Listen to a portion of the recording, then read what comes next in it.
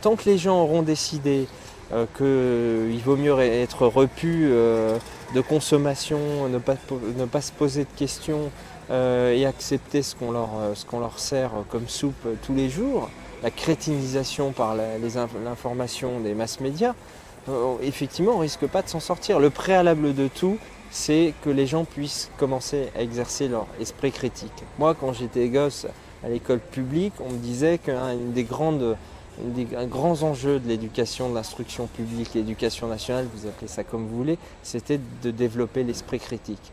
Et je constate avec amertume aujourd'hui combien qui doit être l'essentiel finalement de tout l'enseignement. Après les connaissances, on remplit des cases, on oublie des choses, etc. Mais avoir développé l'esprit critique, la capacité de discernement, c'est quelque chose qui était essentiel. Et de voir cet échec-là aujourd'hui, mais c'est gravissime.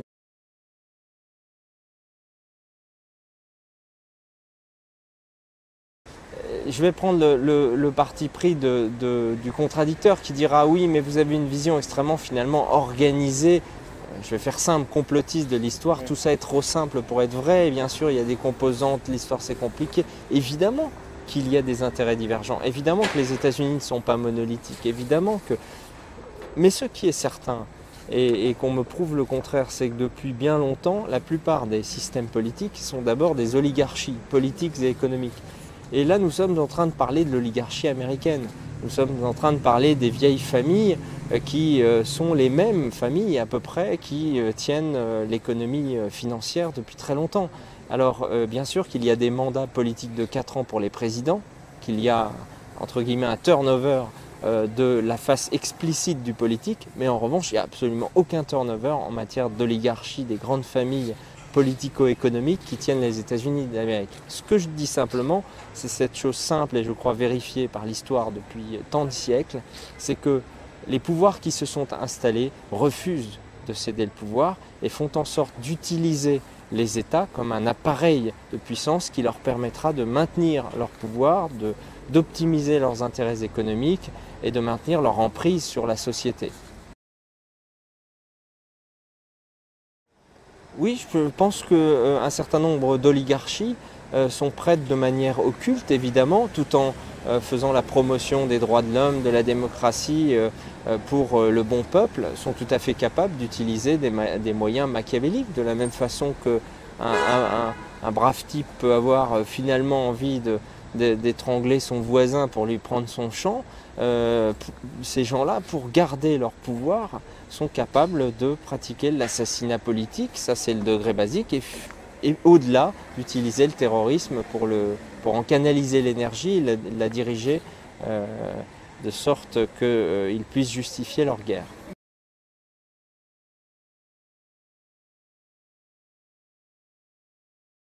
Ce que je crois, c'est qu'effectivement, vous avez raison de ramener ou d'inscrire le 11 septembre en tant qu'événement dans une histoire plus longue. Moi, j'essaie d'être un historien du temps long. Effectivement, si on croit que le 11 septembre, c'est une espèce d'anomalie comme ça, surgie de nulle part, alors nous avons ceux qui doutent de la version officielle ont forcément tort parce que ça ne tient pas la route. Ce que je dis, c'est qu'au fond, il y a entre la stratégie de la tension menée par la CIA en Italie pendant la guerre froide pour empêcher, en l'occurrence, l'entrée des communistes dans un gouvernement de coalition et faire en sorte que l'Italie reste bien fidèle au camp transatlantique contre l'URSS. Il y a juste un changement d'échelle entre le terrorisme de Gladio, qui tue des innocents, qui fait sauter des bombes dans la gare de Bologne, en ayant au préalable infiltré des groupes de l'ultra-droite, comme d'ailleurs une partie de l'ultra-gauche sera de la même façon instrumentalisée dans le terrorisme, l'enlèvement, l'assassinat politique, etc. C'est juste un changement d'échelle. C'est que ce qui a marché à une certaine échelle eh bien, va être reproduit, mais à une échelle beaucoup plus large, parce qu'en plus, comme ça marche et que les peuples sont dupes, qui sont trompés, que les oligarchies dominantes font en sorte qu'ils restent dans l'ignorance de la réalité, pourquoi n'irait-il pas plus loin à chaque fois? Et donc c'est simplement un changement d'échelle et pour arriver au 11 septembre.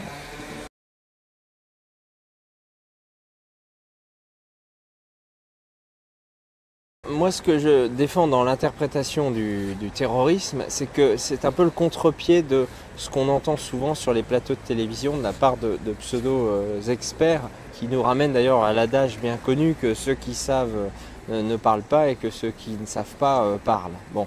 Et quand on a, et c'est mon cas, travaillé longtemps avec, entre guillemets, le complexe militaro-industriel français, qu'on a donc eu accès à un certain nombre d'informations et surtout une manière d'appréhender le problème du terrorisme.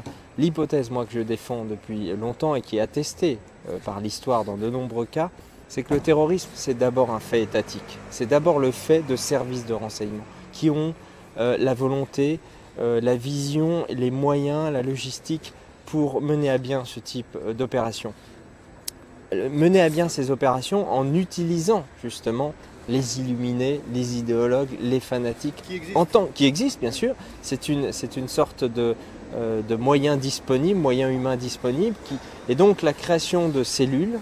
On infiltre les milieux radicaux, qu'ils soient d'extrême droite, d'extrême gauche, islamistes, tout ce que vous voulez, ultra-religieux. On les infiltre, on détecte par des méthodes qui sont parfaitement rodées psychologiquement les profils susceptibles d'aller jusqu'au bout de l'acte. On canalise l'énergie de ces gens-là, on les amène jusqu'à la réalisation des attentats en les orientant. Et puis ceux qui ont préalablement infiltré les cellules, qui appartenaient au service étatique, disparaissent dans la nature.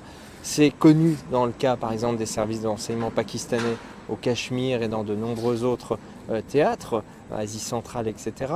On sait également que les services israéliens ont joué un rôle dans l'émergence du Hamas pour faire contrepoids au Fatah et au moment où Arafat essayait finalement de faire émerger par son retour cette souveraineté palestinienne, eh bien, bizarrement, il y a une voix beaucoup plus radicale qui s'est levée. C'est connu, je crois, aussi dans le cas algérien, avec la surenchère de la barbarie islamiste. Vous avez un adversaire politique islamiste, le fils, vous créez un visage encore plus monstrueux dans ces actes qui va commettre des actes qui finiront par révulser la population et par dégonfler politiquement votre adversaire. Tout ça est parfaitement connu, nous ne sommes pas en train de parler de fantasmes. Eh bien, le 11 septembre, au fond, c'est l'aboutissement de la même logique. C'est simplement un aboutissement.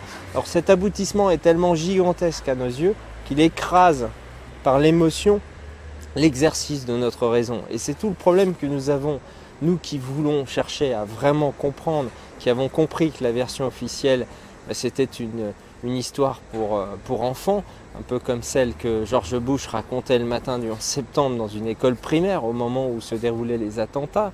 Il était en train de raconter la petite biquette et le monde entier, ahuri, allait assister à l'effondrement des tours.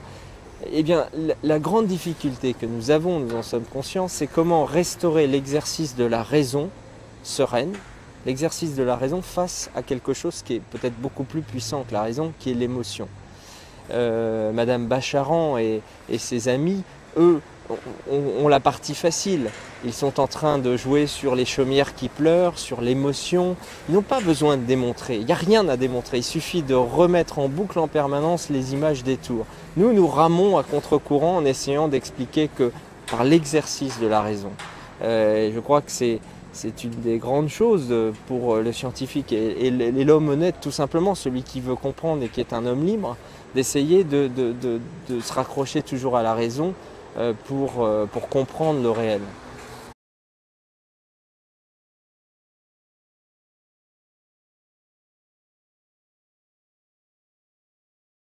La puissance publique mène la guerre dans le cas français et donc les Français ont du mal à se rendre compte de l'importance des sociétés militaires privées dans le monde anglo-saxon.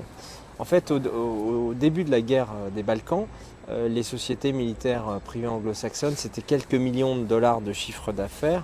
Aujourd'hui, après la guerre des Balkans, après l'Irak, après l'Afghanistan, c'est plusieurs milliards de dollars pour les plus grosses. Elles ont été filialisées par Raytheon, Boeing, les grands groupes du conglomérat, du complexe industriel militaire américain. Donc c'est une véritable, c'est quelque chose qui pèse aujourd'hui sur la scène économique et ce complexe, eh bien, il vit maintenant sur la guerre. Il a besoin que les contrats soient renouvelés. Je vais donner un exemple précis. Bon, l'Irak, la puissance publique en quelque sorte, le visage public de la guerre s'est retiré, grosso modo. il a été remplacé par 140, 150 000 contractors, entre guillemets, des gens qui sont en contrat avec le secteur de la défense, civils sous contrat défense, mais qui sont soit des mercenaires explicitement, soit des gens qui font les interrogatoires, par exemple à Abu Ghraib, puisque c'était pas l'armée, c'était un groupe privé, etc. Et ces gens, finalement, pour que les budgets soient renouvelés, il faut que l'Irak continue à rester dans une logique de guerre de basse intensité. Il ne faut pas que ce soit de la trop grosse intensité, parce que à ce moment-là, on ne peut pas exploiter le pétrole, ça ne fonctionne pas. Mais il faut que régulièrement le feu soit entretenu. Donc on rentre dans des logiques très graves, qui sont les logiques de pompiers et pyromanes. Pompiers et pyromanes en Afghanistan, où des jeux troubles font qu'on va continuer, on va payer des talibans pour continuer à couper des convois, etc. Bon. Donc moi, en Irak aussi. Irak, Afghanistan, il y a cette logique. Et c'est très grave parce qu'en fait, il y a maintenant une déconnexion complète dans l'exercice de la guerre entre finalement le peuple qui contrôlait la puissance publique et qui décidait ou pas d'entrer en guerre et d'arrêter la guerre. Maintenant, il y a des gens qui ont, pour des intérêts privés, intérêt à continuer les guerres, à les maintenir dans des logiques de basse intensité et à affaiblir au passage tous ces États afin qu'ils ne soient plus souverains. Parce que tant qu'un État est dans la chienlit de la guerre de basse intensité, ce qui va se passer en Libye. Vous verrez qu'en Libye, on pourra exploiter le pétrole. Il y aura une nouvelle donne, une nouvelle distribution, mais il y aura, bien sûr, puisque comme en 2003, les dépôts d'armes ont été complètement pillés, il y aura une guerre de basse intensité permanente où les tribus feront chanter tel ou tel groupe, couperont les oléoducs pour obtenir de l'argent, etc. Et ça maintiendra, ça justifiera des budgets de sécurité privée importants. Voilà, c'est petit à petit un désordre organisé en quelque sorte qui s'installe partout.